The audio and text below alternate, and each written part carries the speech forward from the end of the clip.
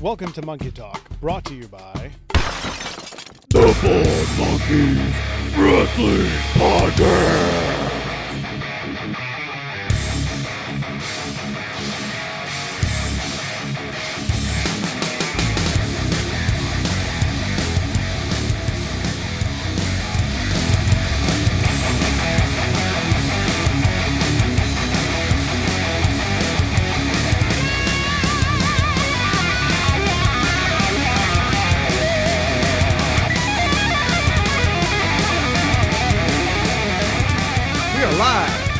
We are on Twitch, and I believe we finally got this under control. So I apologize for the technical difficulties, but we are here. Welcome back to the Bald Monkeys Podcast. Welcome back to our Twitch stream. Welcome to Monkey Talk. Welcome, Captain Chuckles. Thank you, Christopher. And what's going on? What we got going on tonight? I don't know, man. I don't see anything on my Twitch, but I don't really care because we have the man, the myth, the legend. We have tonight with us Mr. Sugar Dunkerton, Suge D. Welcome, my friend. Hola, how are y'all? What's the deal? I appreciate it. I wouldn't say legend. I'll take man. Oh, come on. No. Like, in all seriousness, I'll take man. I will take myth. A legend is something that has to be developed. I'm still in the process of, like, a legend's got to be bigger than both the man and the myth. You know what I'm saying? So we'll see. That's still in the development of. We always like to start at the beginning, and everyone has a beginning. So let's learn more about Suge D. What was young Suge D like? Very confused about life in general, and it would only grow to create more confusion as I got older. I don't know, like just honesty kept. I was a weird black kid growing up. I had strange interests. I was into things. When I had a military family, so we moved around a lot and everything. But the basis of everything will always be the fact that I'm a strange black child born in the South, specifically Georgia. That combination doesn't exactly work for people especially at that time. So, like, you've got wrestling interests. You like the Transformers. You like Robotech. You have a strange penchant for, like, music that's older than you for the time frame that you're in. So, you don't really get along with people too well sometimes, or people just have a tough time trying to understand you because you have to be in this little box, and it's like, ooh, what's outside of the box? You would have fit in well with us up in New York. I guess. Like, I never got to go. You know, I went to Germany. I went to a whole bunch of places. I just never got to go to New York. You know, but especially just coming up, I just felt like everything had to be so defined. And because I wasn't quick to try to define myself, that always ended up being kind of problematic. Even when I was going through middle school and then, like, probably early parts of high school, it's like, I'm not depressed enough for the emo kids. I'm not hardcore enough for the thugs. I'm too black for the rocker kids. I'm not smart enough to be in with the nerds. I'm not so throw away my life that I'm in with, like, the cutters. It was just weird. And then eventually when I just decided, like, whatever, like, we're not going to worry about the boxes, everything kind of came together. And then, yeah. Kind of slid into who you were, into your own world, your own persona. And then I messed around and fully entered professional wrestling and messed my life up again for another decade and a half. So, yeah. That's where we're at. Before you messed your life up, what stood out in wrestling? Was there one moment where wrestling was like, that was the first moment you recognized it and got into it and were a fan? It's among, like, my earliest moments because my dad had a bunch of VHS tapes that he recorded off of AFN. That was, like, the Armed Forces Network. So I used to love diving into those tapes, the BASF Extra EP 6-hour tape, the Holy Grail. If it said BASF, you know you was in for a good time. Block some time off. But that would have stuff like you got your Thundercats, you got your Denver the Last Dinosaur, random GI Joe episodes, the real Ghostbusters, not the knockoff Ghostbusters, but the real Ghostbusters, things of that nature. Just a lot of stuff off of AFN. And you could always count on the last few hours to usually have like a wrestling pay-per-view on it. So the earliest memory that I could probably come up with is WrestleMania 5, which of course was the main event of Hogan and Macho Man Randy Savage, the Mega Powers Collide. They set it up at 4 and then whole year of build, remember that? Oh yeah. Story? Right. Drink. We actually had a storyline thought up the year before to get to the next show. Wow, mind blowing. But yeah, like that was really cool, and I fondly remember that. And it was just the theatrics of it. It was the physicality. It was colorful. It was loud. It was stories that you could understand and you could feel, and I just knew. I didn't know if I was going to be in it, but I knew it was going to be like a hard part of my life, no matter what.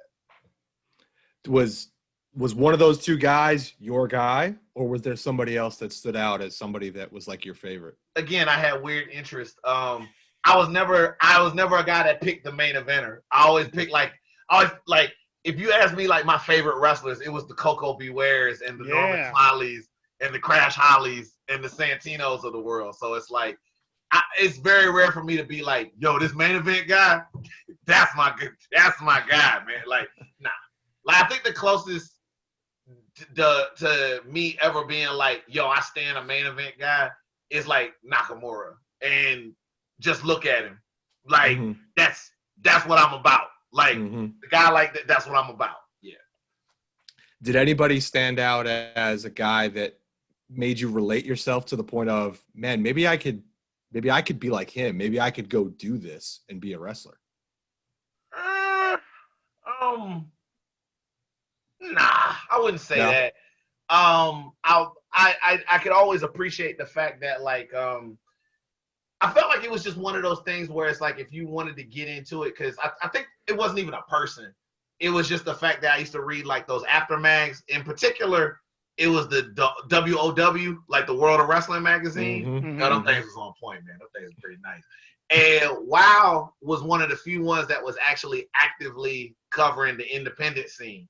So while I was over in Germany, that's how I found out about Wildside in Georgia. And that's how I found out about like all the indies. I learned about the Super 8 from those magazines, all that other stuff. So I'm like, this actually exists. So this is where guys go when they get out of their contracts and this. And then I dived a little deeper, and when I went back to Georgia, they used to have WGN, and not WGN. It was another one. It was like a local affiliate or whatever it is, but they would show a different kind of ultra local wrestling every day. So like Wednesdays, it was always after 10. So Wednesdays was always ECW, but then like Monday it would be like USWA. Tuesday would be like Smoky Mountain Wrestling. Thursday would be like, I forgot what they had Thursday and Friday. But I was like, oh my God, I just saw them on TV. Or it was like, it was the guys that were either going, that were down, getting ready to go up, or it was the guys that were up, getting ready to go down. So that's how I knew there was this other world out there. And it was like, okay, how do I get to that world so I can get into the world that I eventually want to go to? And then, that's when I started learning about the indies. So thank you. That's like the original IWTV. It's like that was IWTV before it was IWTV. Like when we didn't have the internet, like it was just a TV channel and a bunch of wrestling. That's and awesome. The magazines, man. Like your local syndication network was schooling you, and if you weren't staying up to watch it and defying your mother's orders, what were you doing with your life? What were you doing? Exactly. I feel like I've lost 30 years of wrestling fandom while wasting it on the main promotions and not paying attention to the stuff that's in my backyard. And it makes me sad. I'm voracious. Like around that time, it's like, if it was wrestling, I wanted to know it. I had to know it. I didn't care where it was from, where it came from. I needed to know what it was. And if it weren't for those magazines, and I still have like a large collection of them. If it weren't for like PWI, if it weren't for like WOW, if it weren't for stuff like that, it's just stuff I wouldn't have known. And it means so much to me now looking at those. Plus the beauty of those magazines was, you know, cool pictures, all that other stuff like that. There were no comments that you had to go down and all this other stuff. Because now when you get on the website, like things didn't get ruined for me until I forget what the name of the website was, but it was my first introduction to like Scott Keith. And he was writing for I think he was writing for WCW, like he was doing the reviews of WCW at the time. But that's when I got introduced to star ratings and work rate and politics and all this other stuff like that. So that's when everything started going downhill. I kind of wish I had the ignorance drapes back over me again, but it is what it is. You have to learn sometime. Exactly. Mm-hmm. Well, before you got to that point, you had to start somewhere. Yeah. So what's the story with how you got into the ring? And from just a little bit of hearing you talk, it doesn't sound like there was too much sports going on, maybe. I mean, I did it, and actually, it's very interesting. Like it's not like I didn't do sports and I wasn't athletically inclined, but it was like any sports that I got into, it was just a holding place until I figured out what was going on with this. So like I took martial arts for a while, specifically like Taekwondo and Wushu. I was on my high school wrestling team briefly, and here's why. Me being me, again, voracious appetite for wrestling. I watched everything, from the A shows to the Z shows. You know, I was watching. Hold on, yeah, that was also WOW. I was the guy that would watch WOW, and I wanted to know if Riot was ever going to get her title shot against Jungle Girl. I needed to know. That was the kind of stuff I was down with. If you don't know what I'm talking about, then you ain't talking real. Like, just get out my face. It's a different level. Me and you are not the same. That said, like, I watched Jacked that night. So Jacked was like, okay, for those of you who don't know Jacked, okay, y'all might talk about this little program. You might have heard of it. It was called AEW Dark. But before AEW Dark, there was this show called Jacked. And that's where you went to see the indie dudes go against like the really good WWE dudes that couldn't get on Raw. And you find out who could work. So this episode, everybody was talking about because I think this was like the S.A. Rios low-key match. That everybody was like, like they was losing their mind about, right? So it just so happened that I tuned in to watch that. I don't know how I have an Afro pick in my hand, but whatever. I tuned in to watch that. And a commercial ran for a local training school that was about 10 minutes away from my house. So the beauty of that situation was, if I didn't watch that episode of Jacked, they immediately canceled, like they stopped syndicating Jacked the very next week. Oh, wow. So if I didn't watch it that week, I would have never saw the commercial, which would have never led down that path. So I went. I have no need to name the trainers or anything at that time because it was like, you know, they took my money, they taught me some stuff. It wasn't anything to really get me set forward, which is one of my biggest regrets when I started. It wasn't the best training in the world, and there was a lot of things that they didn't teach me behind the scenes as well too. So it stunted my growth for a while. Like there's a lot of wasted years there. If I cite my original trainers, it'd be Dr. David Rains, it'd be Jeremy Vane, and it would be Murder One. David Rains was the first person, and that's the thing with wrestling. A lot of the times people will keep an impression of you based off of like, you know, they could have saw a match of yours 5 years ago, and they're still convinced you suck. Yep. They don't know if you've improved. They're like, nope. He's like, I don't know if he's any good, but 5 years ago, that match was trash. So he's trash. He's still trash. Nobody can grow, you know, all that other stuff.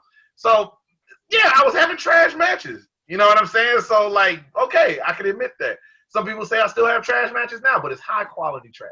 It's hot trash.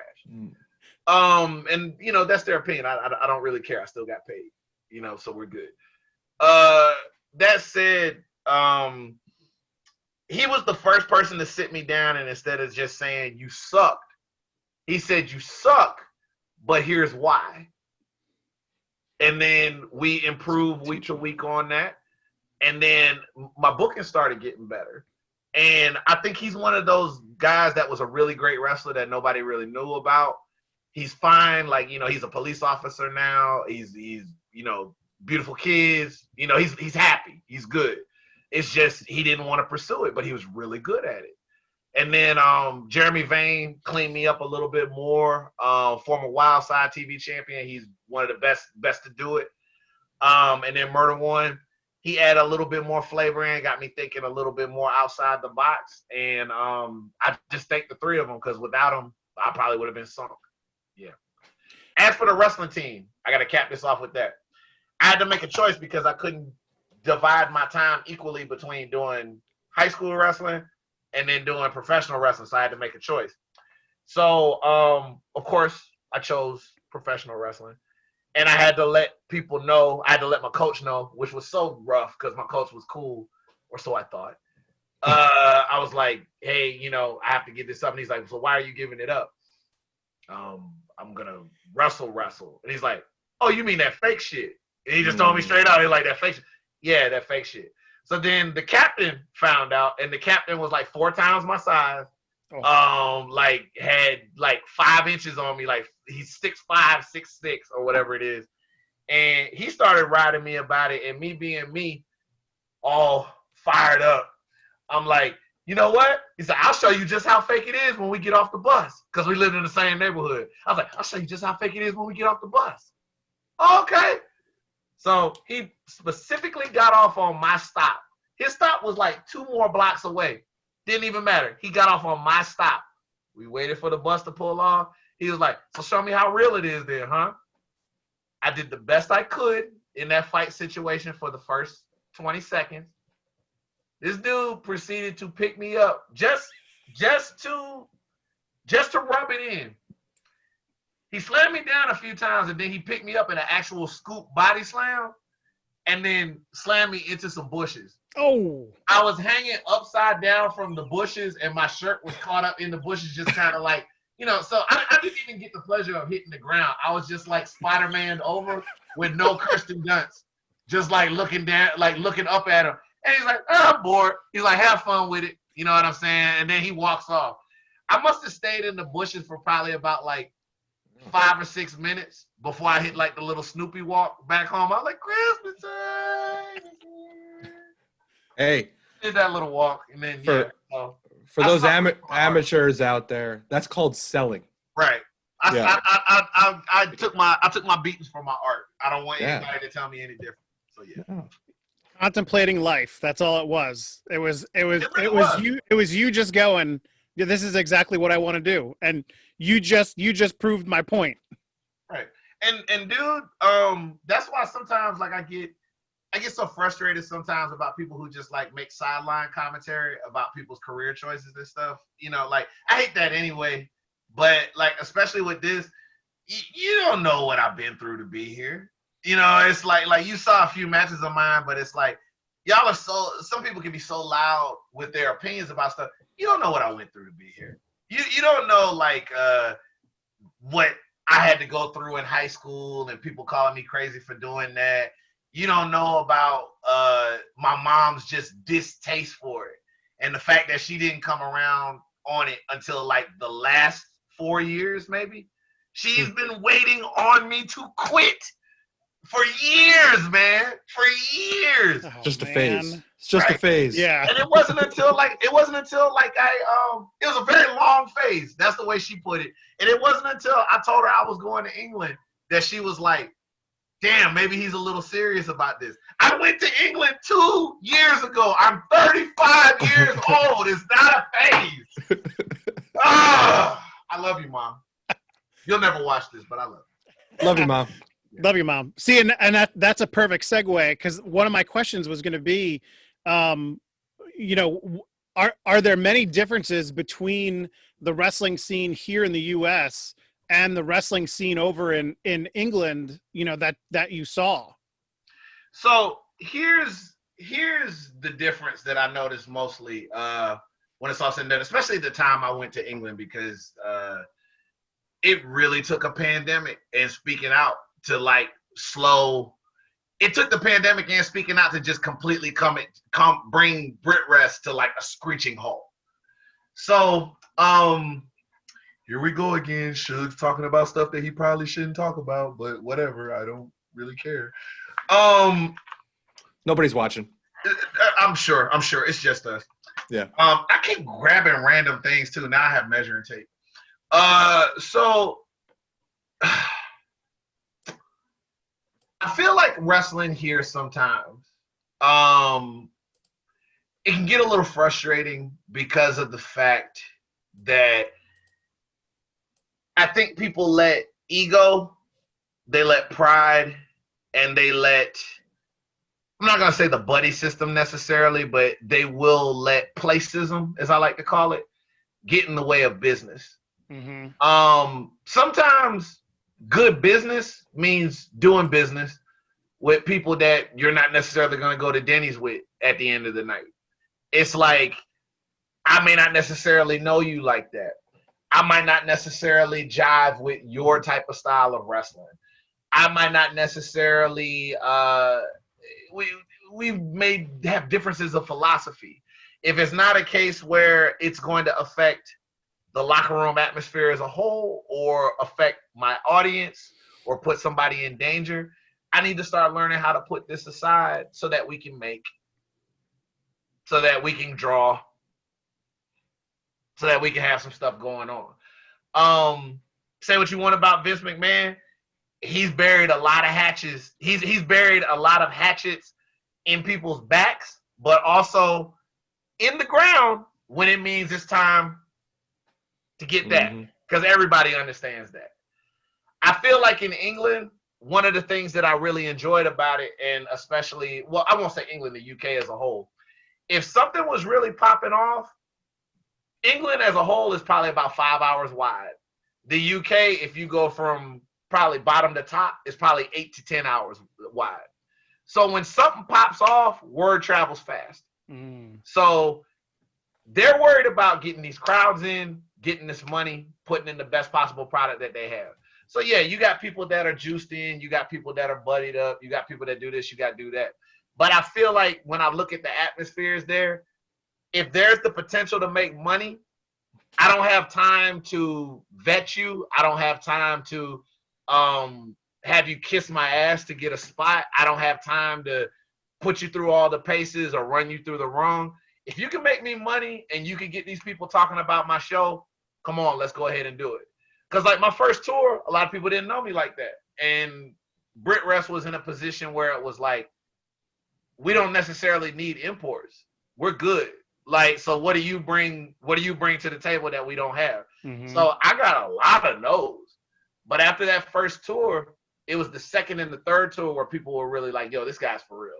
Like, let's go. And then I had a nice little tour of the islands after that. And word got around fast and people knew. And there were some companies that, there's some companies where it was just business when I came in. There was other companies where it became family when I came in. But we didn't let that get in the way of doing business. Yeah.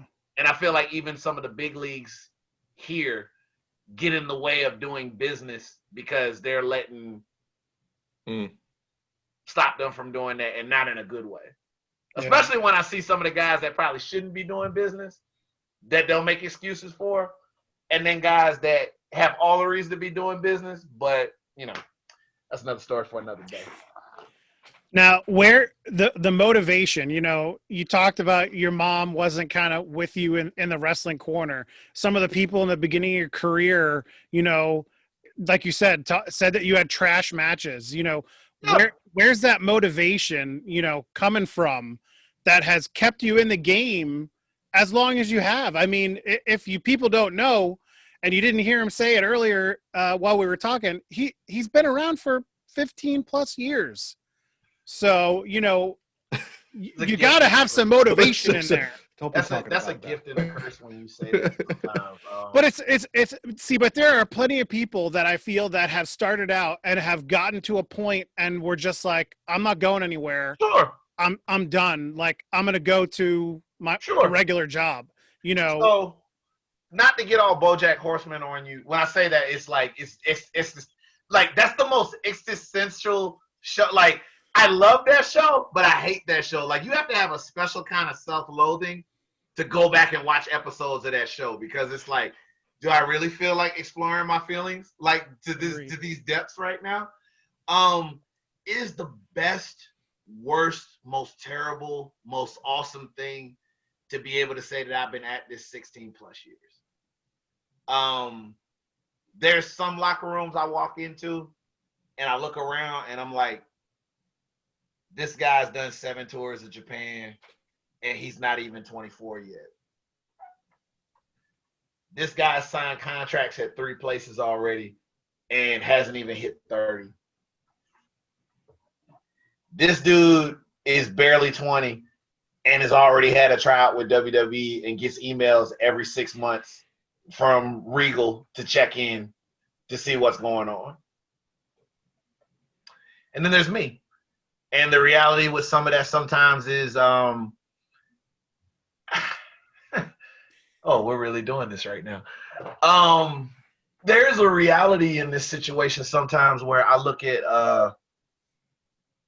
my life and how I've lived it. I look at things that I've wanted in my life, things that I was good at. And there's a lot of things that I was good at. I did well, you know, but like doesn't move me. So that's like its own form of torture.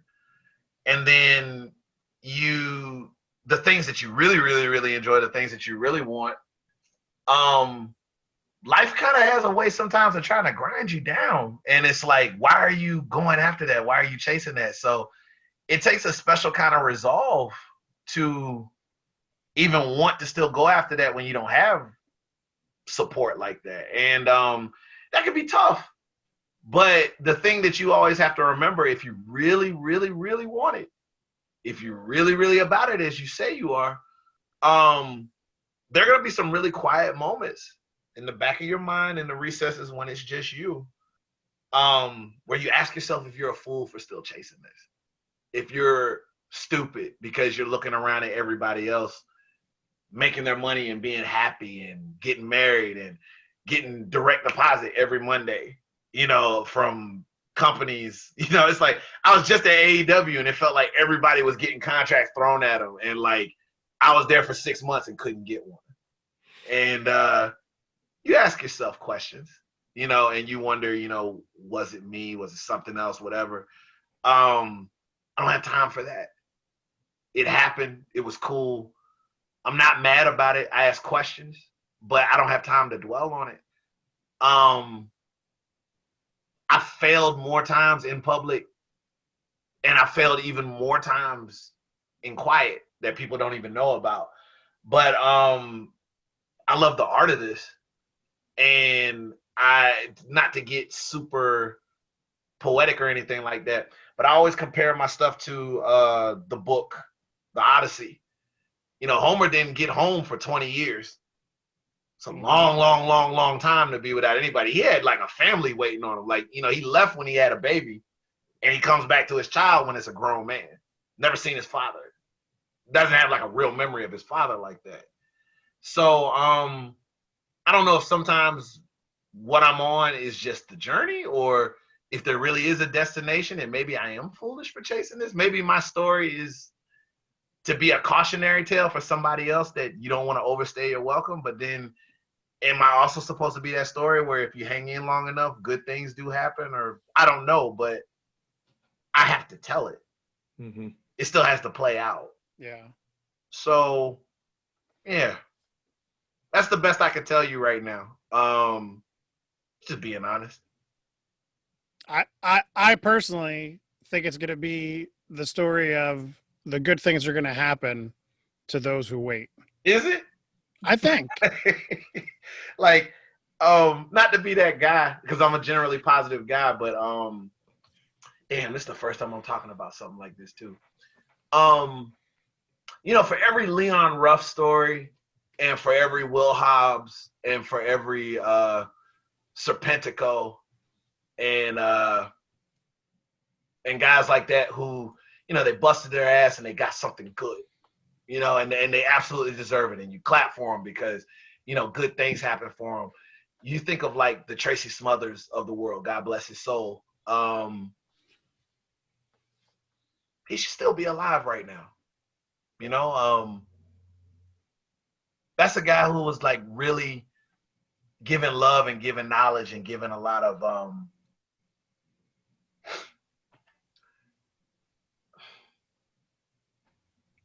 The world and the business need people like that.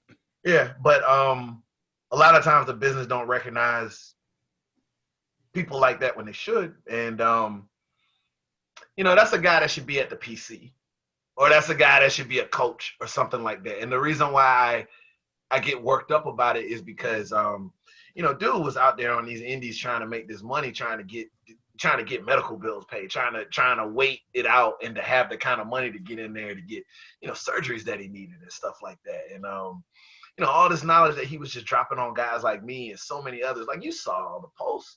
Oh yeah. He went, and it's like nobody thought to try to get this guy in as a trainer or a coach or anything like that, so this guy could get some benefits, some medical insurance, so he still be around. And I think about stuff like that all the time, and it's like, that's a guy who should have had a happy ending on his story. And he, I'm sure he's got a lot of great memories that he gave us in the midst of all that and everything. And I guess he wouldn't change that because, he was a wrestler to the bitter end, but he should still be here.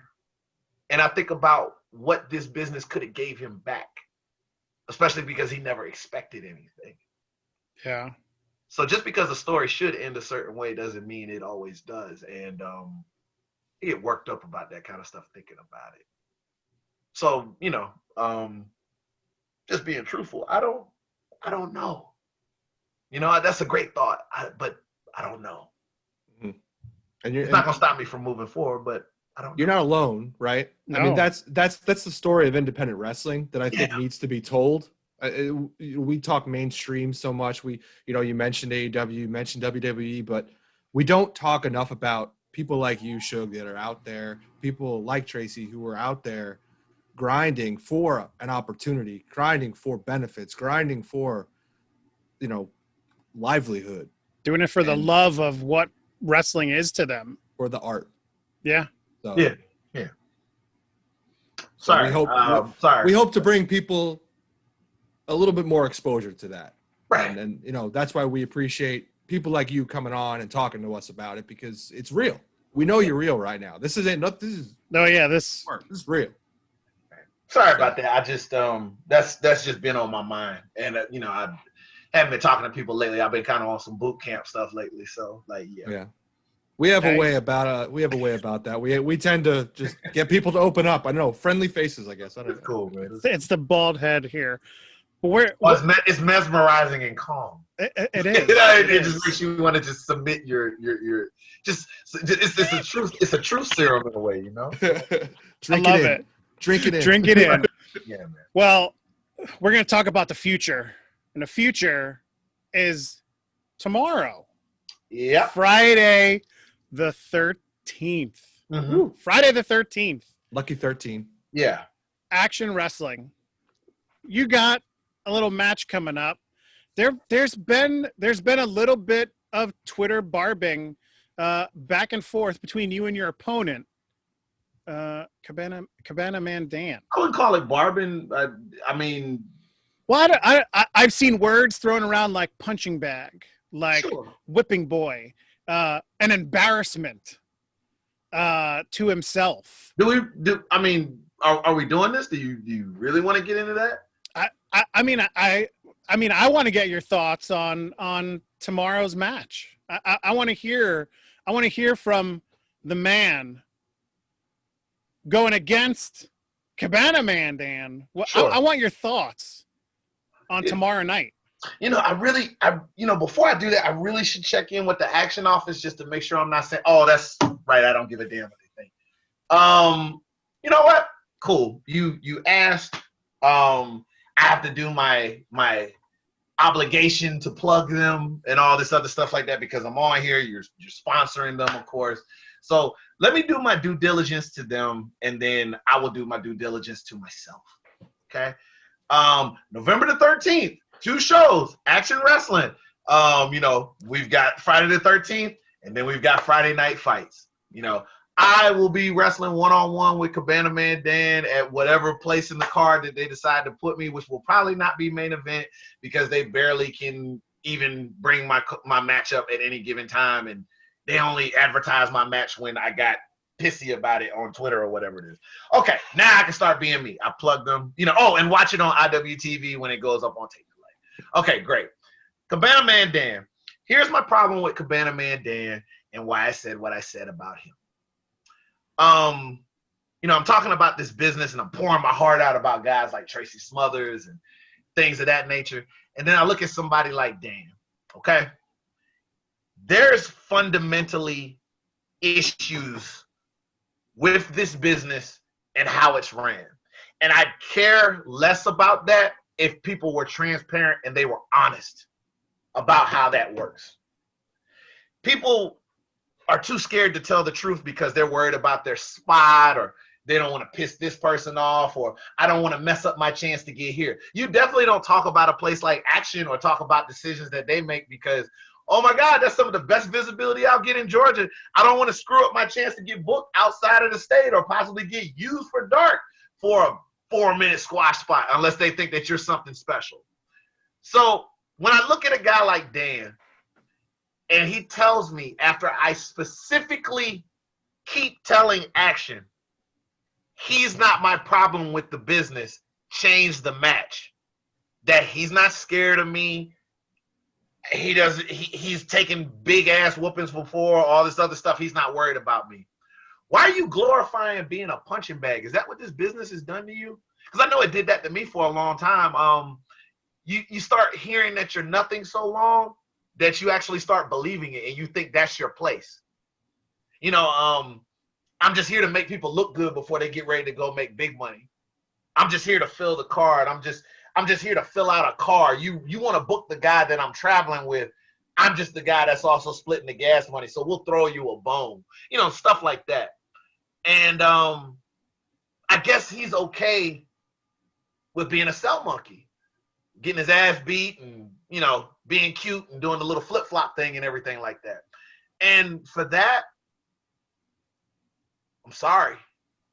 And the thing is, he's the type of guy who's put in the kind of time that I put in, who has reinvented himself, who has went out there and had bangers time and time again. And he should really demand more, and he should really ask for more. And he really should think that his legacy is bigger than just some flip-flops. Just like I think my legacy is bigger than a 1-minute squash spot with Le Champion. Everybody thinks that's like the biggest moment of my damn career. I don't think so. I don't agree with that. But I guess because it happened with more eyes on it, that's supposed to be the biggest thing. No, excuse my French, I think that's bullshit. So, in the case of Dan,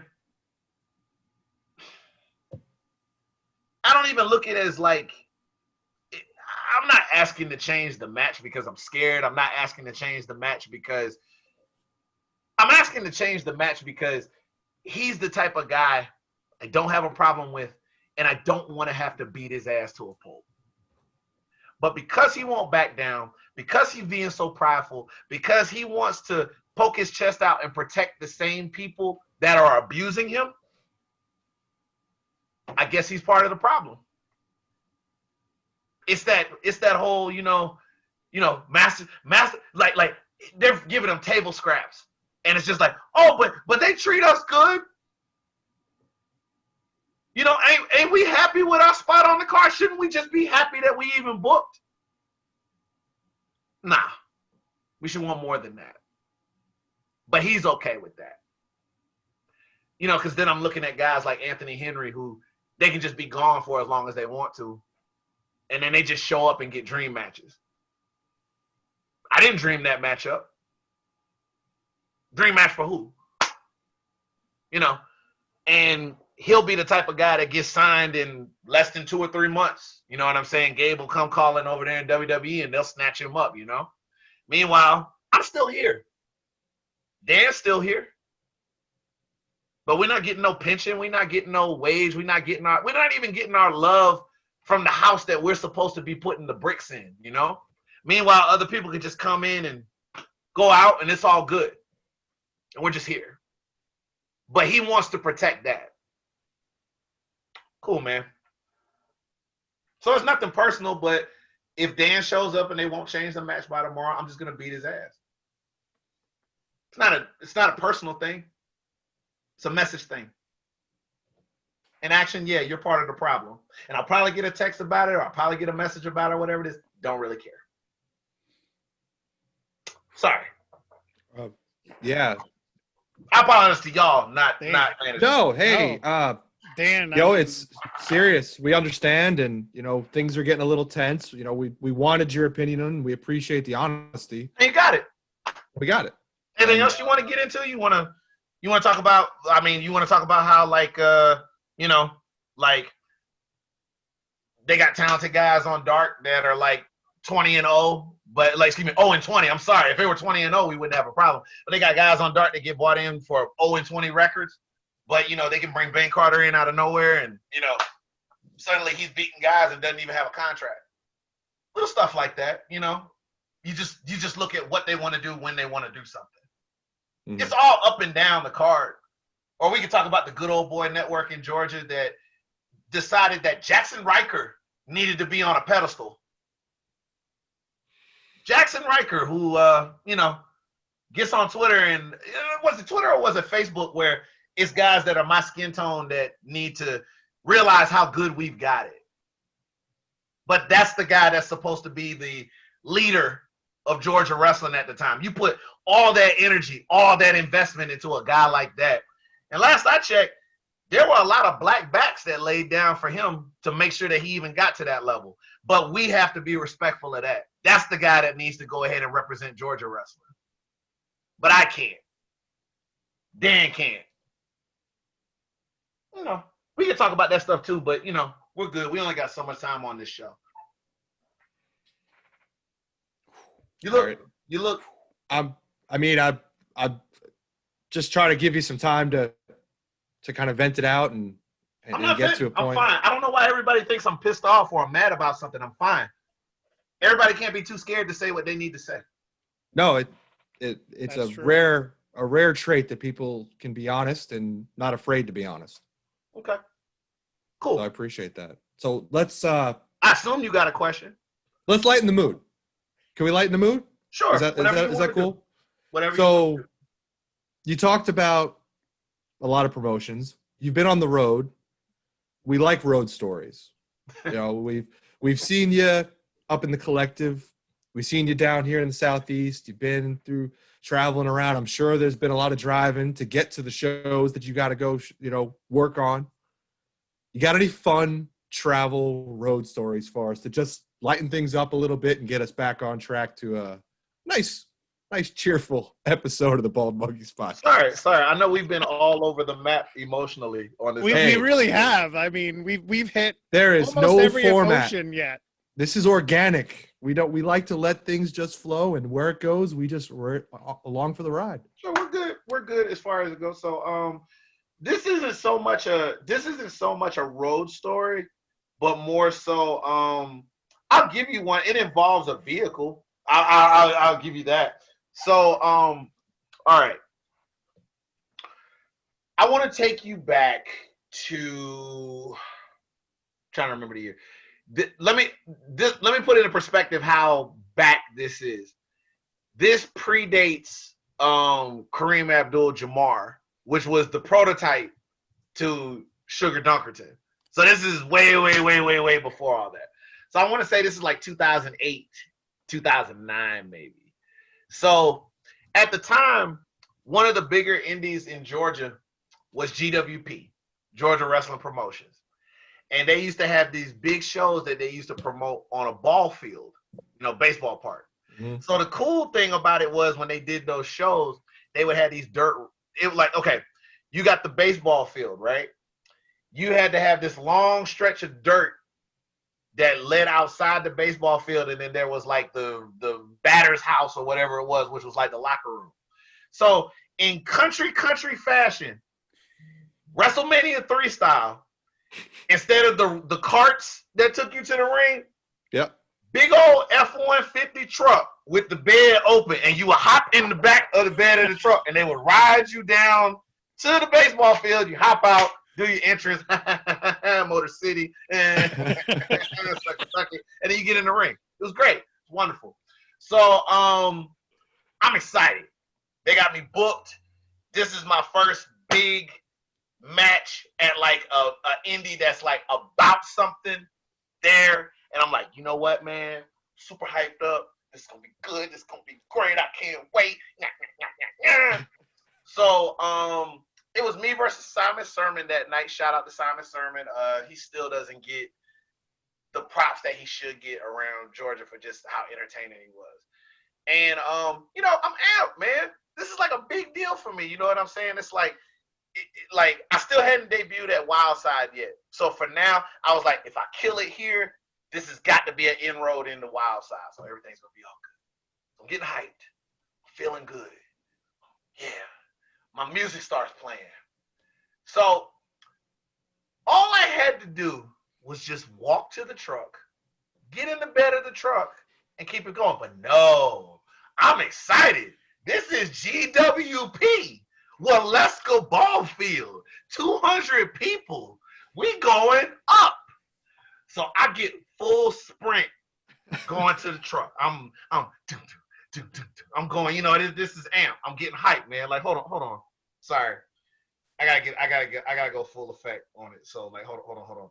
I was gonna ask you what music was like playing in your head or something. I'm Because there had to be gonna something. play what music was playing in my head. We're getting it.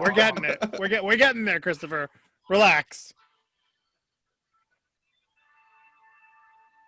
Rocky IV, the training montage. But no cabin and no snow. No cabin, no snow. So it's like, boom, my music's playing. I'm running. I'm going into a full sprint, and in my head, I'm into this truck bed. It's gonna look cool as shit. Everybody in the locker room like, yo, that kid has got spunk. And then we ride down to the ring. I'm stepping. But what I failed to realize is there is a slump of dirt, like a little pothole that they've dug that's kind of long before you get to the part of the road that gets to the truck. So I'm running. And then suddenly, I don't have a record scratch sound, so I can't do it. Foot falls in the ditch, sling over into the side of the truck bed. Oh. When I tell you everybody laughed, they didn't even check on me. They laughed their asses off the moment that happened. Everybody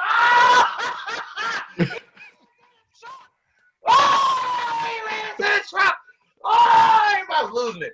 So to make matters worse, you know, I'm like, okay, I done already ate this truck to the face. It's all good. Just hurry up and get in the truck and just get to the ring.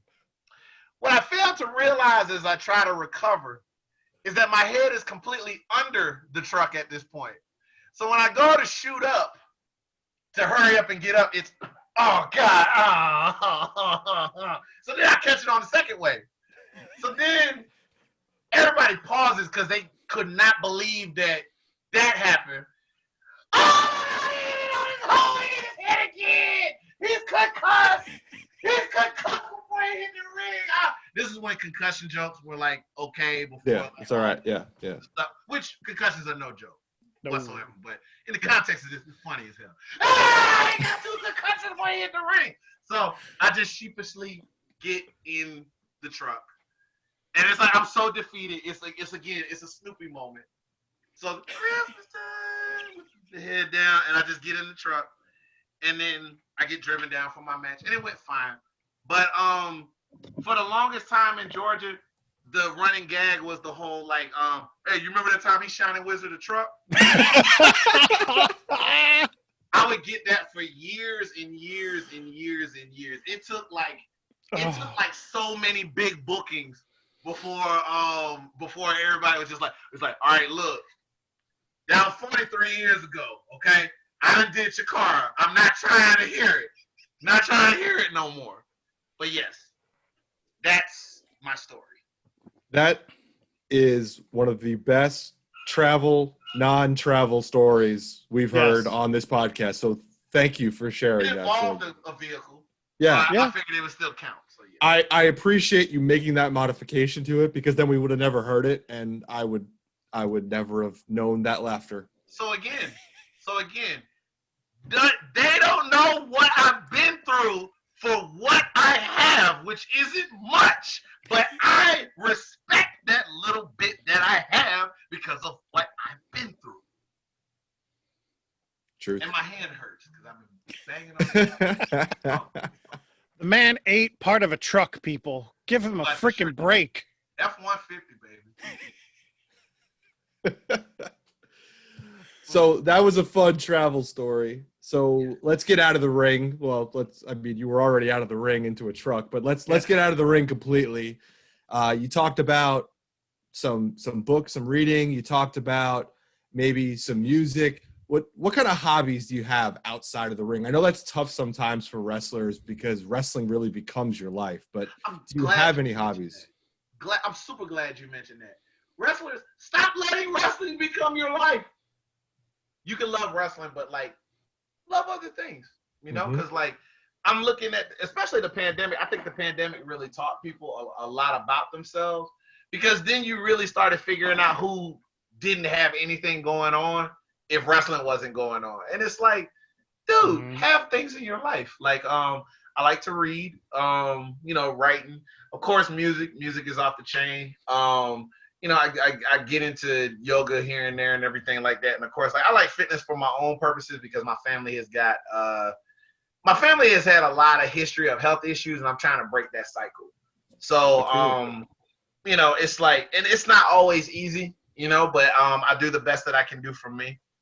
I got back into gaming, and it's mad therapeutic, man. Like I went and I put money together, and I finally got my first gaming laptop. So like, I've reinvested time into being able to play stuff, and I make time and whatnot. And it's great. It's beautiful. Like I love doing it. And I feel like, dude, you have to have those things that you love, that you get into. That's not this, because you're right. Wrestling's like super consuming. It demands so much, and it's almost cruel how much it demands. And it's like, dude, there's got to be some days where it's just not about wrestling. That's why I cherish. I have a very small circle outside of wrestling. Some of them wrestlers and some of them not wrestlers. But I love anybody that I could just not talk wrestling with, and everything's all good. It's a beautiful thing. I liked you mentioned the gaming computer, and I loved the way that you revealed that. Oh wow! I mean, I was like, man, what's going on? And I was like, watching it, and all of a sudden it's about the computer, and I was like, you got it. This has been the greatest thing I ever watched. you gotta hook them, man. So for those of you who don't, hold on. Be right back. I'll be right back. While Sugar's doing that, if you haven't seen it, go find it on his Twitter. So for those of you who don't know what he's referring to, I might have put up a video that made it sound like I'm about to have an actual human child. And, I was very emotional about it, and I was a little choked up and everything like that. But as it turns out, when I was talking about a child, I was talking about this number. Now, now as you can see, sometimes a little older now. At the time, you know how sometimes children grow and they evolve. So during that video, it was black. So, I went and I had some things done and some things modified. And this thing's a tank, like 12 pounds, man. Dang. We out here hitting all sorts of curls, you know what I'm saying? And it's like, bam, we play Monster Hunter World, and then we doing this number with the joint, you know what I'm saying? But like, it's been great, and I love it. And shout out to Kip Sabian.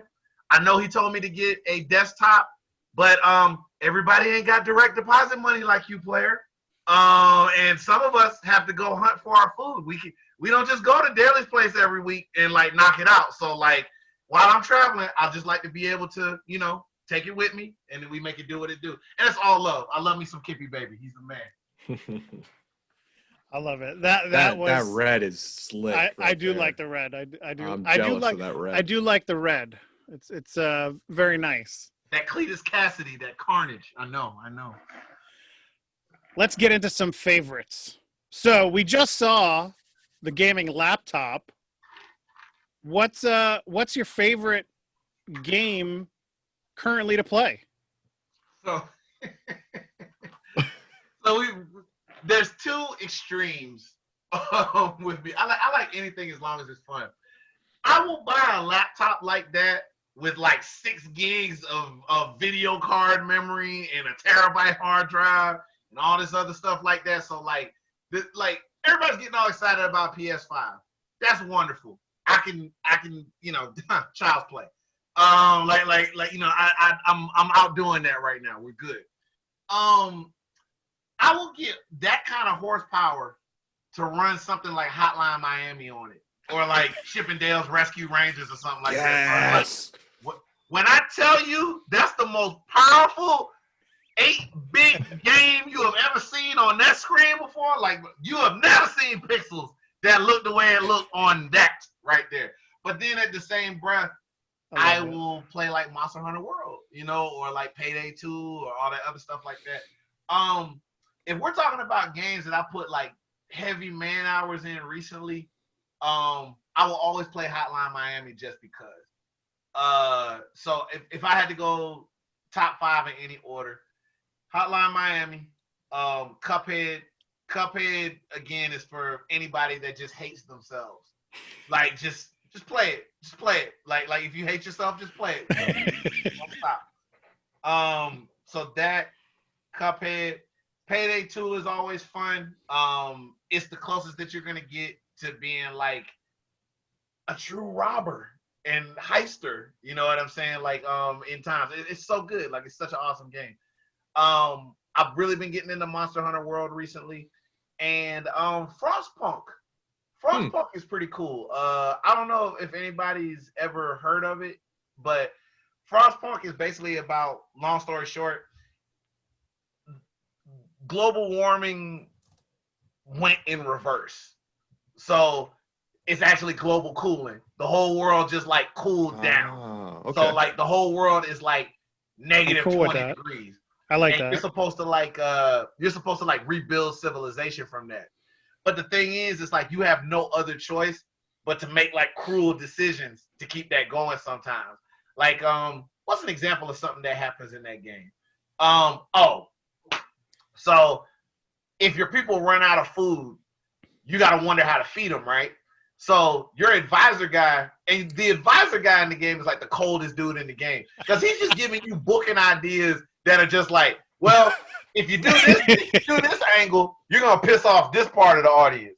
But if you run this angle, you're gonna piss that part of the audience off. It's like, is there any angle that we have that appeases everybody? No, not at all. Just like real life.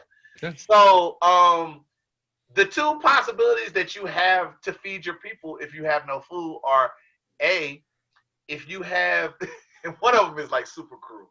So I'll start with the not cruel one of the two cruel choices. One is just, hey, we'll see what happens. Nobody eats right now until we figure out like what's happening, right? So we'll just see who makes it. The other option is, if you have a sawmill, we can make porridge out of the sawdust, and we just don't tell them that there's sawdust in the porridge. Man, but they stay fed. Christopher, what's wrong? I'm just not sure how you make porridge out of sawdust. That doesn't.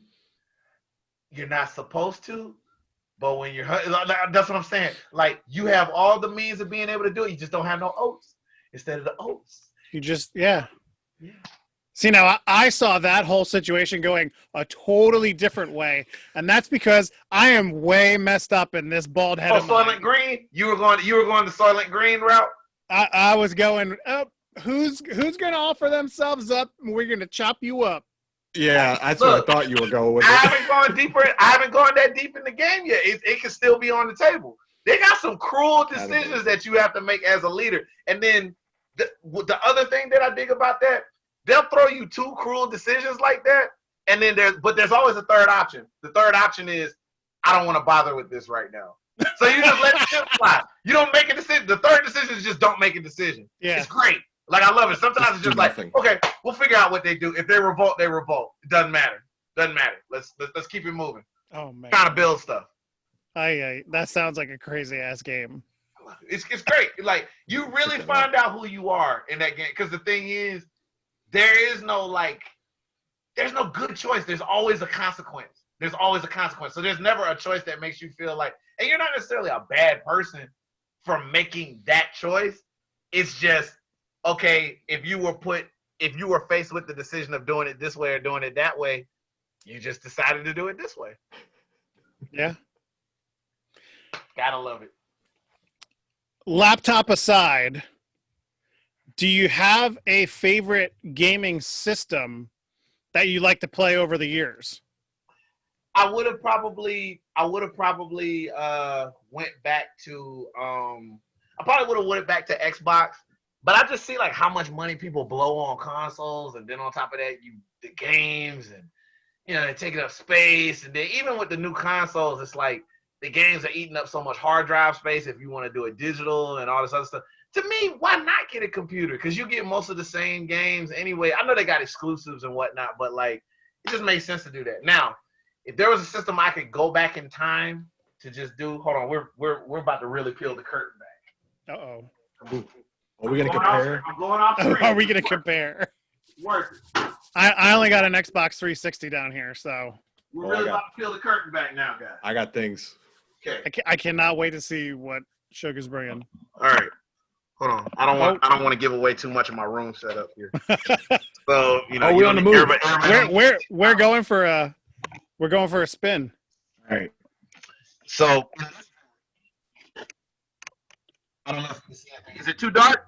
Super No. Nintendo. We can Super see Nintendo. But look at what's in there. Dang. If you look at the collection, hold on. Let me shout some stuff out. You got Contra 3, Love it. Final Fantasy 2, Love it. SimCity, Shadowrun, Breath of Fire. The original Final Fantasy 3 before they realized they misnumbered it and it was actually Final Fantasy 6. Wing Commander.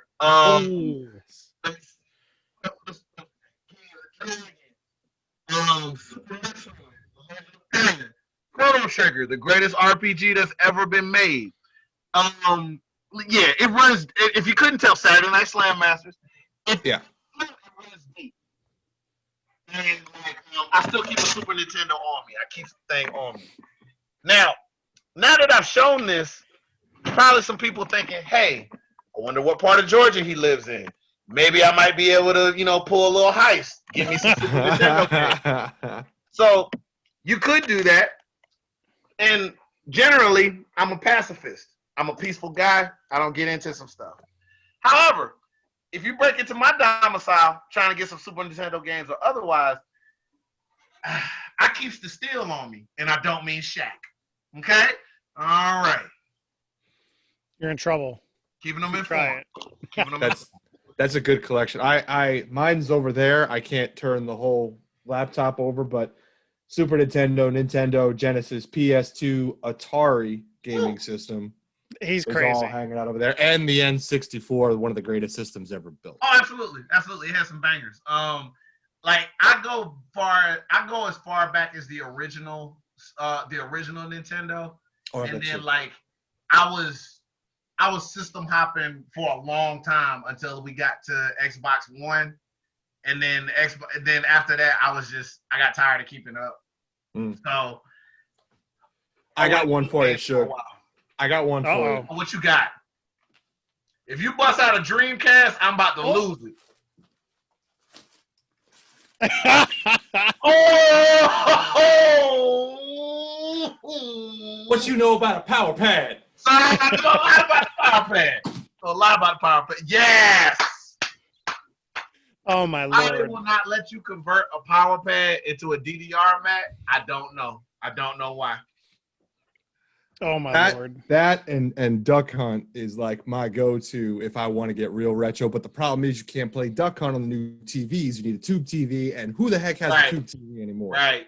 Like they really shot themselves in the foot. Could you imagine if they tried to like redo Duck Hunt?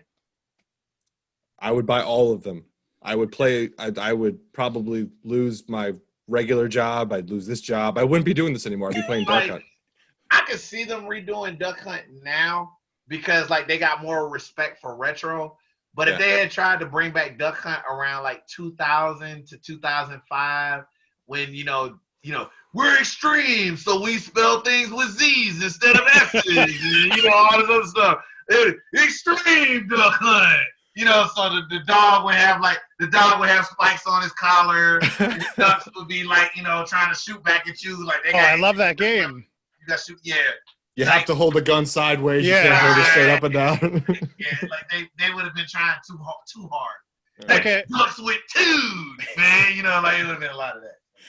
Now for anybody listening, Duck Hunt 2, the most extreme hunt, is intellectual property of Suge D. Just so you guys know. Just pay me a dividend, man. Just pay me a dividend, and we're good. We're good.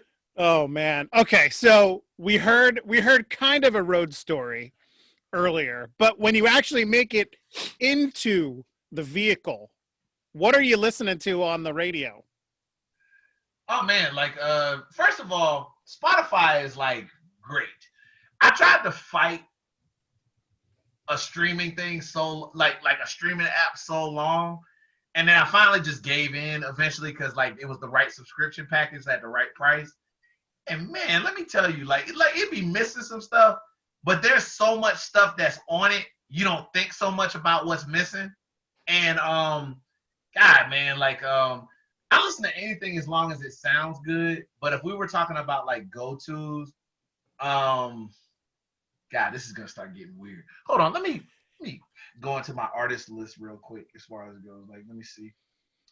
I'm gonna go off of who I got the most by at any given time. So if we were going by who I've got the most by, it would be like the most saved songs by. It'd be like Silver Sun Pickups. Ooh, they're a really nice. good. They're a really good band. Outkast, The Weeknd, the Rolling Stones, the greatest rock band that has ever existed. NERD, Prince. Prince is really good. Jimi Hendrix and Lenny Kravitz. Kid Cudi. Kanye West. At a whopping 73 songs saved on my phone, Jay-Z. I might catch some flack for this, Coldplay. Childish Gambino, aka Donald Glover. Arcade Fire, 2 Chainz. I listen to a lot of Beach House too. Like if it's like some trippy psychedelic stuff too, like I listen to Daft Punk and I listen to Beach House. But if it's like some trippy psychedelic like vaporwave and all that other stuff like that, I'll listen to it because out there on another planet somewhere. But general rule of thumb, if it sounds good, I will listen to it. Which reminds me, there's like a subgenre of country music like right now I really, really, really, really enjoy. One song's kind of new, one song's kind of not. When did country music start getting like kind of like trappy, like kind of like rap? It's taking elements of rap. So it's like instead of saying like my whip, they talking about my truck, and instead of like popping Cristal, they talking about popping a beer and all this other stuff like that. So it's like an older example would be like Honky Tonk Badonka Donk. Okay. That thing. That makes sense. She got that thing. It's excellent. And then another song that I heard because what a lot of people probably don't know about me is I like older country because it tells good stories. Really, really, really good stories. Like I like Cumberland Gap. What What's another really good one? Anything by Kenny Rogers is really good for the most part because it's good stories. I don't like the whole like my wife left me and she took my dog kind of country. I'm not a fan of that. But like some of them other ones, really good story. Johnny Cash, of course. Big ups to the man. Like he's excellent storyteller. I heard a song. I even forget the guy's name, but like I listen to it every morning now since I've heard it because like Spotify will just suggest stuff. Hold on, I'm gonna get the dude's name because I don't know if y'all have heard of him or not. Paul Coffin. Ring a bell? Anybody? Paul Coffin? Anybody in the chat? Cocaine Country Dancing. Say that That's again. the song. Cocaine Country Dancing. Cocaine Man, country what dancing. what are they doing now? I mean, it just come on. And I want you to catch that first lyric. I knew it was gonna be good when I heard it. Rolling to the club in my 1964 cat straight, ready to stomp. And then like literally the lyrics, literally the hook is cocaine country dancing with you, and then it go into the thing. It's great. I love it. You should start your morning with it every day. It's excellent. I gotta check that song out. That could possibly be my new wake up song in the morning, and getting rid of AC/DC Hell's Bells. Ooh. Now we don't want to replace that. That's an excellent song. I may have texted Mance Warner and been like, "Yo, if we ever tag, I've got a song for you." Yes. So yeah, That would be great. Oh, okay. hey, come on, man. Like it was like if you like this song, you might like. And I let it ride because it came on correct. But as soon as the opening line is what got me. It got me. That's what. And it's the way rolling to the club with my 1964 cat straight ready to stomp. At 1:45. Dang, come on, man. Suge, if you happen to see that on Twitter later, that wasn't me. Bro, it's just like but it's just like a wrestling match. Like he caught me in the first minute of the match. I was like, he caught me at the entrance. I was like, all right, let's see. Let's see what you got. Let's see what you got. Like you got me. Let's see what we doing. You caught me at the entrance, man. Oh man. Okay, so you've traveled around a little bit. What has been your favorite city that you visited while on your wrestling journey? Leeds. Huh. Let me check my notes. Leeds. Because I lived there for 2 years. It was great. Well, I lived there for a year and a half. There are a lot of great cities that I visited. Don't get me wrong. Like, if we're talking about just places I visited, Osaka was cool when I did my tour with Smash. Osaka was a really cool one. Osaka is really underrated because everybody always talks about Tokyo, of course, when they get ready to go to Japan. But Osaka is cool. Osaka's cool as hell, man. And it's got like its own quirky kind of charisma to it. It's got its own feel. And I really like it. Like, if I were comparing Osaka to Tokyo, it's like the movies where like they put the super, super, super hot girl on a pedestal. And Osaka's like the girl that's also hot, but she's not popular. Like she's not like cool kid popular, but it's like you're watching the movie and it's like, why doesn't he just get with her? Like what's going on? Like that's Osaka. Osaka was really cool. I'm a huge fan of when I visited Ireland. Downpatrick was really cool. The first time I toured Ireland with Irish Whip, I left the day after Halloween. And Halloween in Dublin was like crazy to see. Everybody's all dressed up. Everybody's, get drunk as hell, like having a good time and everything. So that was really cool to see. What else was some really cool stuff to see? Chicago's a really awesome city, especially if you catch it while it's not snowing. Mm-hmm. Really, really, really cool city. I'm always gonna have a soft spot in my heart for Leeds because I gave like a year and a half of my time. Like I lived in Leeds, and it's an artsy city. I feel like I know the streets like the back of my hand now because I was there so long. And that's why I'll always give an honor and a shout to that, especially like in my ring intro, because it's a special city. And I think anybody that hasn't taken the time to see it, like they're missing out on something. In the UK, did you have a favorite like dish from over there? Ooh. Okay. Shout out to Solo Darling. Shout out to Ophidia too, because they'll roast me over this one. So they have a flavor of ice cream over there that you cannot get over here because we don't have the resources in order to make it properly. Unfortunately, and like if we're talking about my wellness and whatnot, the FDA standards for what passes in food are very different in the UK than they are here in America. So there's a lot of stuff that just wouldn't cut the mustard that's in America. Like there's literally Brits that come over and they're like, oh, I can't stand like your Crunch Bar or your Snickers or all that other stuff like that because it's like it's too sweet. Like y'all just load it, like y'all douse it with sugar and all this artificial stuff. They have a flavor of ice cream known as honeycomb ice cream.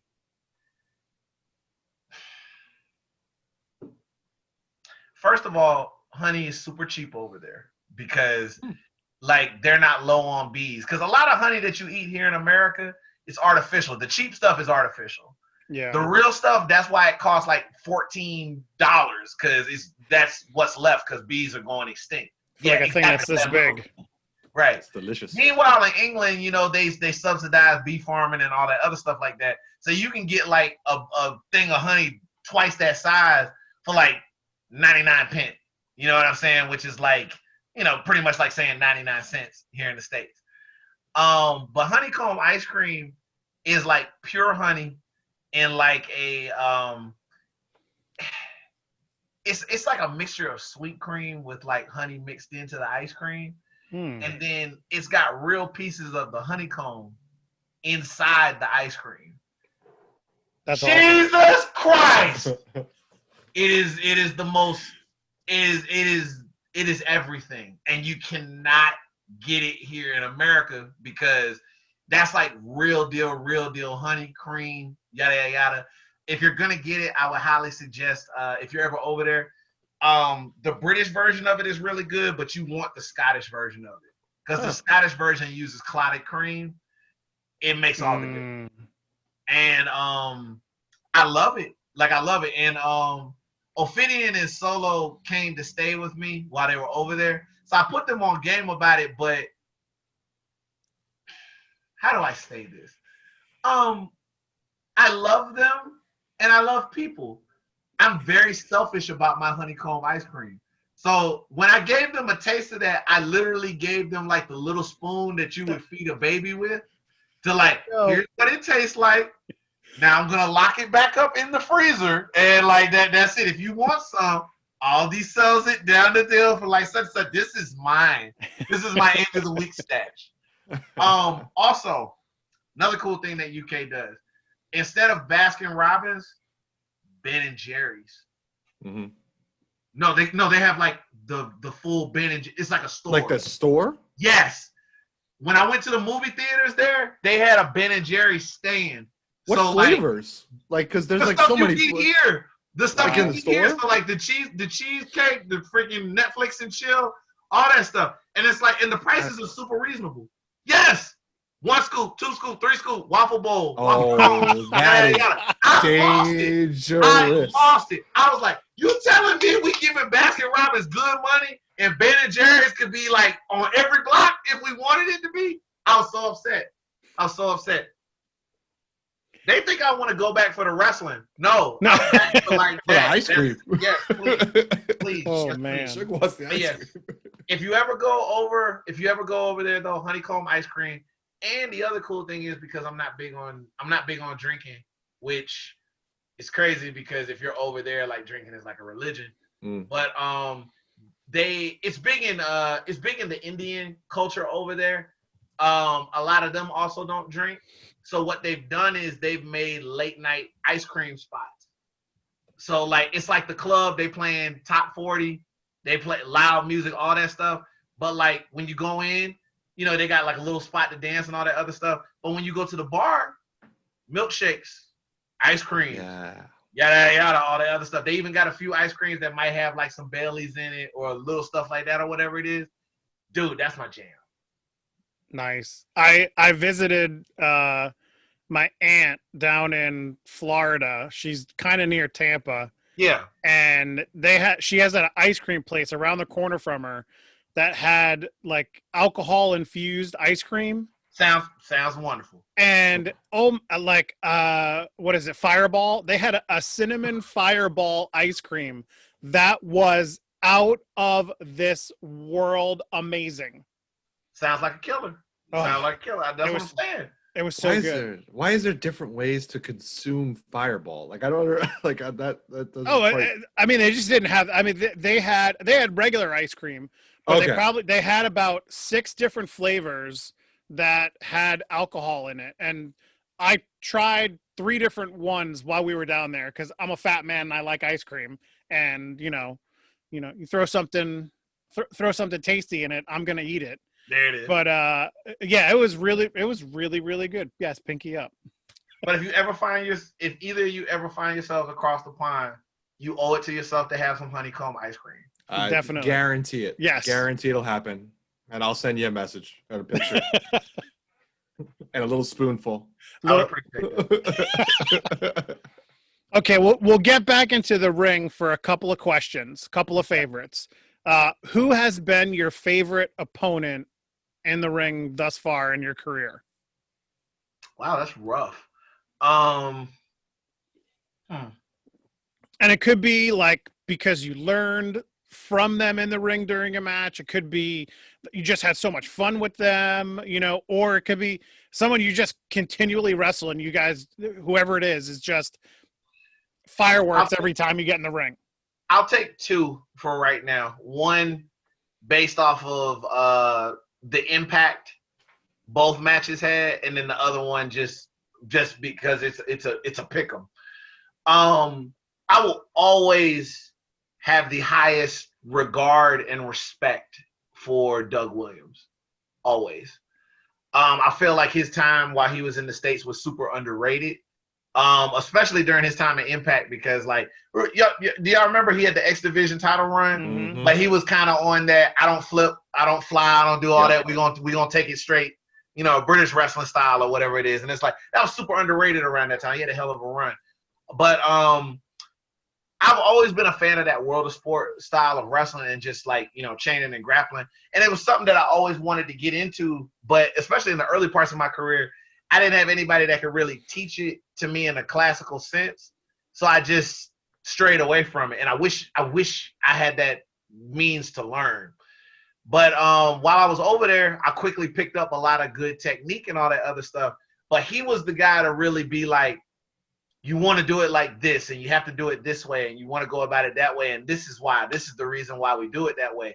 And I just remember having the first match with him. And, there's guys that you get excited about having matches with, and then you meet them, and it's just like,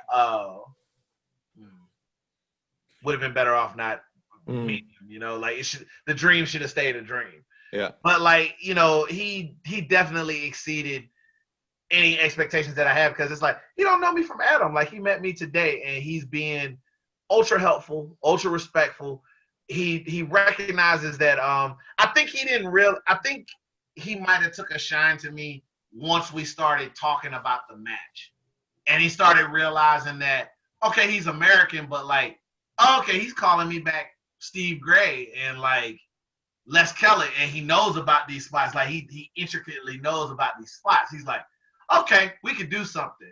And then we just started getting deeper into it and discussing and whatnot. And he really taught me a lot. And then we had another match for the Knight family in Norwich.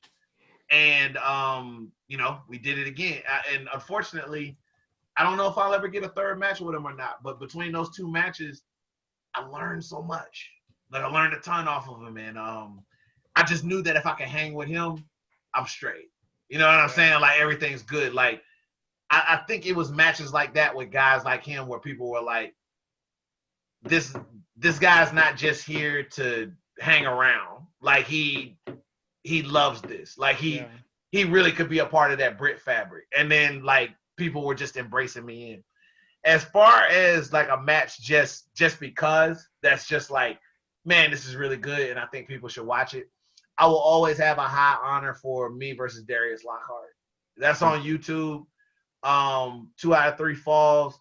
We did it under like a hybrid British style rules. I think it's great storytelling mixed with very, very, very good action with somebody that I hold in very, very, very high regard. I would have anybody go out of their way to watch that match. Nice. Everybody look it up. Tag team wrestling. We love it here. Do you have a favorite tag partner? I'm a bit of a tag whore, to be honest with you. Like, because I got like, what, 8 tag partners in England? Like, you know, I had like my share. I had my share over on this side or whatnot. Again, Darius Lockhart. Like we've only tagged 3 times, I think. Hold on, let me think. I always joke about this because we say that we can't even call our stuff tags. It's like collaborations because we haven't even reached 10 matches together. Like we always joke about that. It's like we had all of 3 tag matches together. All of them were bangers. You know what I'm saying? So who better than us? Every time we get it, it's a hit.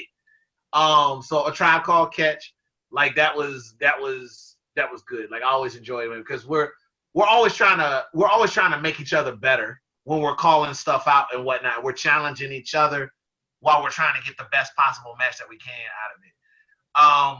I would have to say him and God, I'm trying to think of all the tag matches that I've had. Shout out to Matthew Brooks. Matthew Brooks over in the UK. That was my tag partner over in PCW for Opera Mania. We had instant chemistry the moment that we hooked up. And I just remember I always just had a good time tagging with him. Like, we would just get together and it would just be a good time. Like, you get there and it's like, all right, what we doing tonight? You know, and it's just like, all right, cool, this is what we doing. And, like, we would just have a good time. Plus, Matt is a huge fan of, like, late 80s, early 90s WWE. So, like, he would always find a way to work something in from that. And it's like, I'm with you, let's do it. Shout out as an honorable mention. So in PCW, they had a tag team known as Team Single. So the whole premise of why they call themselves Team Single is because it's like they're a team, but they're so meshed. They're just one, they're one single unit, you know. Tyson T-Bone and Rampage, and Rampage Brown. If you've seen Tyson T-Bone and you've seen Rampage and you across the ring from like just one of them, you like it's gonna be a rough night. So the both of them, it's like, oh, what have I got myself? Why did I show up to work today? Right, pretty much. So what happened was there was one night where Rampage couldn't make it. So I ended up tagging with Tyson T-Bone. So we had a little run for a while as Tea and Sugar. I like it. And then there was a night that we were supposed to have like a big tag match. Tyson was injured. So who did they call in? Rampage Brown. So now it's like I'm the connect between the two of them. So it's like, okay, so it was me and Rampage. And of course, in either tag team, I'm the guy that's just getting thrown around. It's like you got the real tough guy over here, and then you got, hey, hi, I'm Suge. I'm around for the ride, please. Like I'm gonna come around and do stuff. And I just remember being so amped tagging with T-Bone because I was like, yo, does that mean that we get to come out to fucking in the bushes by Oasis? Because if so, I'm really down. I'm really down with this right now. I never felt like more of like a badass than like walking out with T-Bone and just like if you see the match, you know the song I'm talking about. If you've watched the Nigel McGuinness match back in the day, you know what I'm talking about. And that song is badass, man. So it's like, I'm walking out there with my freaking apple pair of tights that are like donuts with sprinkles. And I'm walking out there with them tights, but I'm feeling like I could rob like a mint right now, like with my bare hands. I'm like, oh, so tough right now. This is good. This is good. Tough guy with sprinkles. Right. And at that time, that was before I got my first set of tattoos. Like, all my tattoos are special to me because I always got a new tattoo for every tour that I did in England. So all of these are from England. Like, nothing is from the States. And before I had tattoos, I was like, one night, if we're gonna keep doing this tag team, it's like I just need to get some magic marker, and we just need to mark me up full of tattoos, like T-Bone's marked up, so I can look tough like him. But I hope one day, but Rampage is on NXT UK, and T-Bone is too. So I guess that means I gotta get an NXT UK contract if I want to make this happen. Sure, why not? I'll call my people. They'll call my people. We'll make it happen. I want to do a, because I feel like I was like the third. I was like the bench player for Team Single, and I just want to have a 6-man tag where it's like all the members of Team Single ones. I'll still take the heat, of course, but yeah, just 6-man tag, all the Team Single, man. I was like the honorary Team Single member. Like, let's make it happen. Make it happen. Yes. Christopher, did we have any questions from the chat? Let's see. So I know I saw one, which was what would his dream match be? Yep. Oh, now give me 3 months to prepare for it. Me versus Shinsuke Nakamura. I just think that would be like the great. And I say give me 3 months to prepare for it because like I want to make sure I'm at my most toppiest and have like my grapples and stuff down packed. Because like I would want that to be something super special. Mm-hmm. I wrestle every match like I don't ever know if I'm going to get a rematch, man. That would be special. What was your most outrageous match you've ever been part of? Oh God. Had a few of them.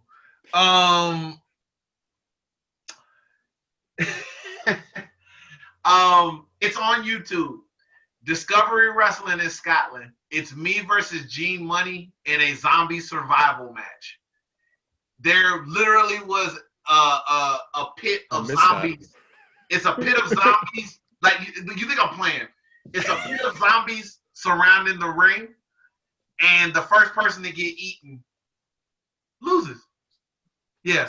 So it wasn't just the fact that somebody had to get eaten and then later turned into a zombie to win, but then we had a whole dance number set to Thriller at the end with all the zombies and me like conducting the zombies and everything through the power of funk. Oh, I know what That's I'm awesome. doing tonight. It's on YouTube. It's absolutely free. Even if you just watch it for the dance number at the end, but you have to watch the whole match. It's absurd. Like, there was like a hand as a foreign object, like a gnawed off hand as like a foreign object that was used. It was great. It was wonderful.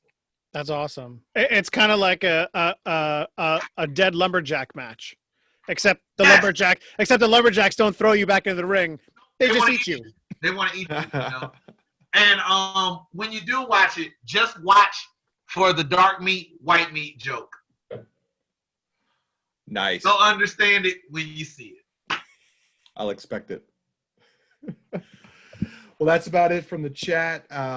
Really, we've had a lot of fun, but there's one pressing question that's the most important question that every other question we've asked you doesn't matter.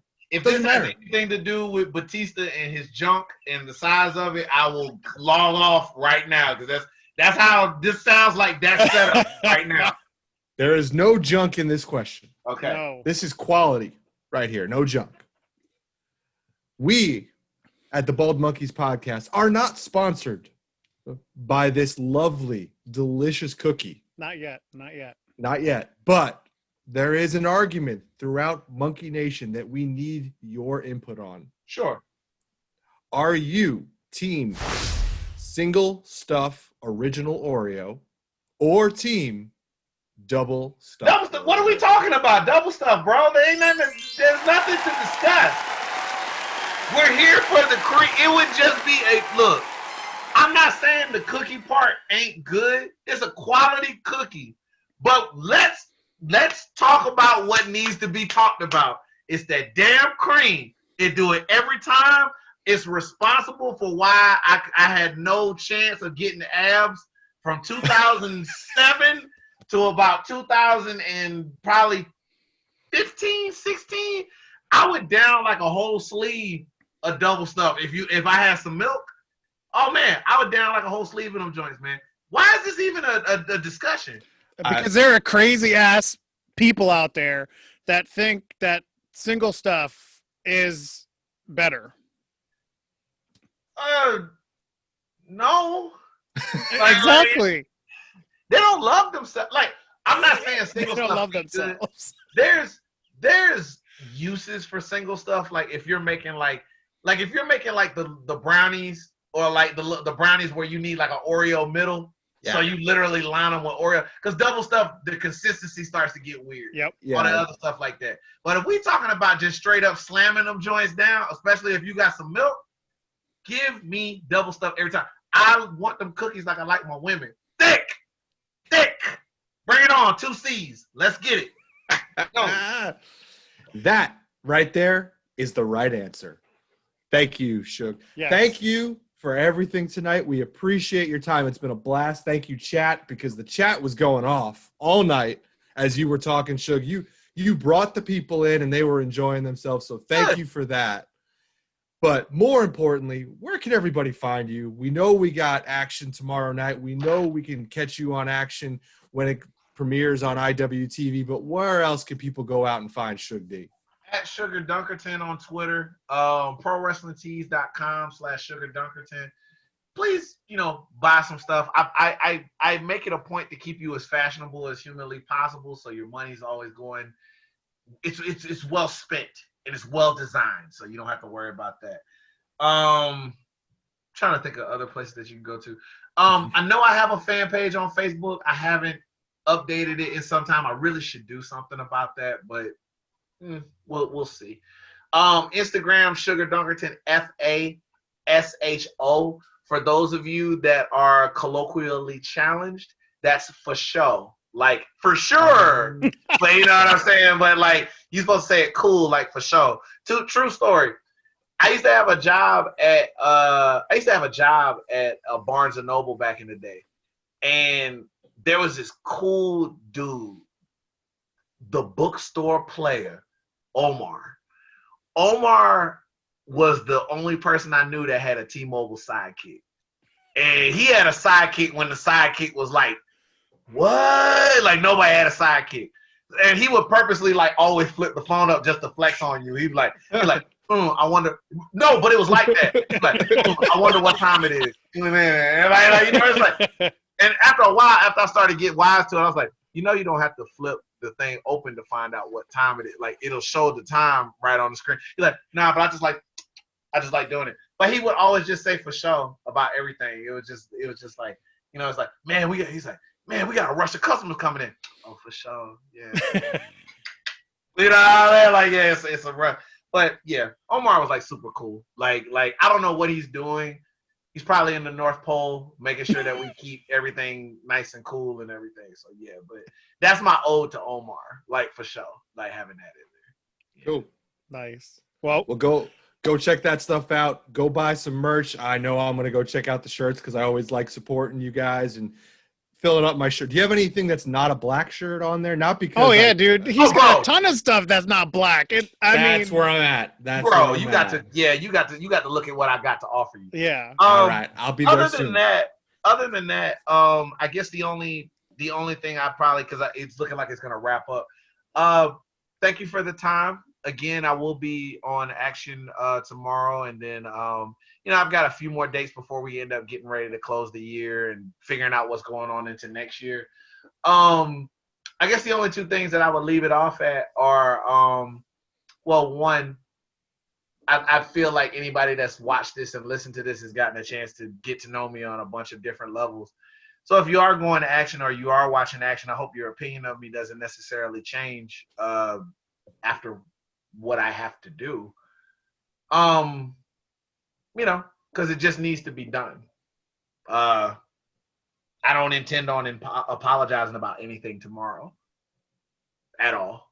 So I hope you can still find it in you to like me. And if you don't, okay, man. And then I guess the only other thing that I have to leave it off at is we're in the middle of a pandemic. A lot of stuff is going on right now. Whether you believe in a mask or you don't believe in a mask, I would rather you wear the mask and just in case do it. You know what I'm saying? Versus my appreciation for that. I'd rather you wear the mask even if you don't believe it, or at least try to respect what's going on social distance wise, because whether you believe it or you don't believe it, the numbers say a little something different. And if you ever want to get back into a place where you can complain about other things aside from masks, let's just go ahead and do what we have to do so we can get back to doing things the way we used to do it. I miss Walmart being open 24/7, and I took it for granted. Truth. Agreed. Late night walking around Walmart. Heck yeah. I agree. Well, everybody, I'm going to have all of the socials up there at the end and the credits. Make sure you go check them out. Suge, thank you so much for taking us on this ride tonight. We appreciate it. Everybody in the chat, everybody on Twitch, hold on. We're going to take a break. Suge, don't go anywhere. We got to ask you a couple questions off the air. Okay. Nothing bad, but Chris, no. Chris, send us off. Give the people some elevator music to listen to, and we'll be right back. Please find Cocaine Country Dancing if you can. Play it for them. Play it for them. They'll thank you later. You can find Suge D on Twitter at Sugar Dunkerton. He's also on Instagram and a new Twitch channel. Check out at Sugar Dunkerton FaSho. That's FaSho. You can also get some of his merch on ProWrestlingTees.com/Sugar Dunkerton. Check it out. And don't forget, Friday the 13th premieres on IWTV on Thursday, November 19th at 8 p.m. Follow that up on Friday with Round 2 of Friday Night Fights, which premieres on Friday, November 20th, also at 8 p.m. only on IWTV.live. Visit IWTV.live today to watch these great Action wrestling events, plus numerous other archive shows from Action and other great independent promotions. Use code ACTION for a free 5-day trial. Don't miss out. Don't forget to follow us on Twitter, Facebook, and Instagram at The Bald Monkeys. Watch us live on our new Twitch channel, twitch.tv/The Bald Monkeys.